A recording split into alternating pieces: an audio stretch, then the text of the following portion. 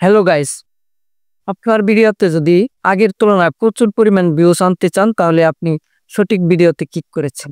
আজকে আপনাদের সামনে দুটি গুরুত্বপূর্ণ টিপস শেয়ার করব, যে টিপসগুলি আপনি অবলম্বন করলে আপনার ভিডিওতেও হাজার হাজার ভিউজ আসতে পারে। তো চলেন দুটি টিপস আপনাদের মাঝে শেয়ার করি।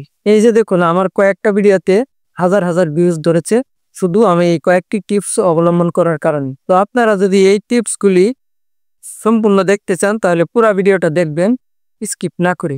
তো প্রথম টিপসটি হলো টাইম মেনটেন। আপনারা যদি সঠিক টাইম মেনটেন করে ভিডিও ছাড়তে পারেন তাহলে আপনার ভিডিওতেও হাজার হাজার ভিউজ আসতে পারে। আমার ব্যক্তিগত অভিজ্ঞতা এবং ফেসবুকের গাইডলাইন অনুযায়ী বলছি, সকাল 8টায় এবং দুপুর 2টায় এবং সন্ধ্যা 6টায় যদি আপনি ভিডিও পোস্ট করেন তাহলে আপনার ভিডিওতে প্রচুর পরিমাণে ভিউজ আসতে পারে, কারণ এই সময়ে প্রচুর পরিমাণ অডিয়েন্স অ্যাক্টিভ থাকে।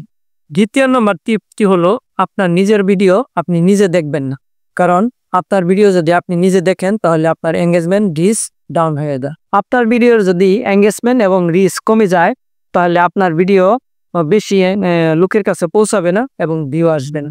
অনেকেই বলতে পারেন যে আপনি আপনার ভিডিওর কমেন্টের রিপ্লাই করতে গেলে আপনার ভিডিও অটো প্লে হয়ে যায়। এই অটো প্লে হওয়ার কারণে আপনার রিচ ডাউন হয়ে যায়। তো অটো প্লে কিভাবে বন্ধ করবেন? তো আমি আপনাদেরকে আজকে অটো প্লে কিভাবে বন্ধ করে সেটা শিখিয়ে দেব। আপনাদের যদি এই ভিডিওটি ভালো লাগে তাহলে একটা লাইক করে দেন। আর চলুন মোবাইলে কিনে চলে যাই বলবি কে। তো প্রথমে চলে যাই ফেসবুকের অফিসিয়াল অ্যাপসে, এন্ড তারপর 3 ডট মেনুতে ক্লিক করবেন। একটি স্ক্রল ডাউন করে নিচে এসে দেখবেন সেটিংসে ক্লিক করে দিবেন। পরে একটু নিচের দিকে গিয়ে দেখবেন মিডিয়া নামে একটি অপশন আছে, সেই মিডিয়া নামে অপশনটিতে ক্লিক করে দিবেন।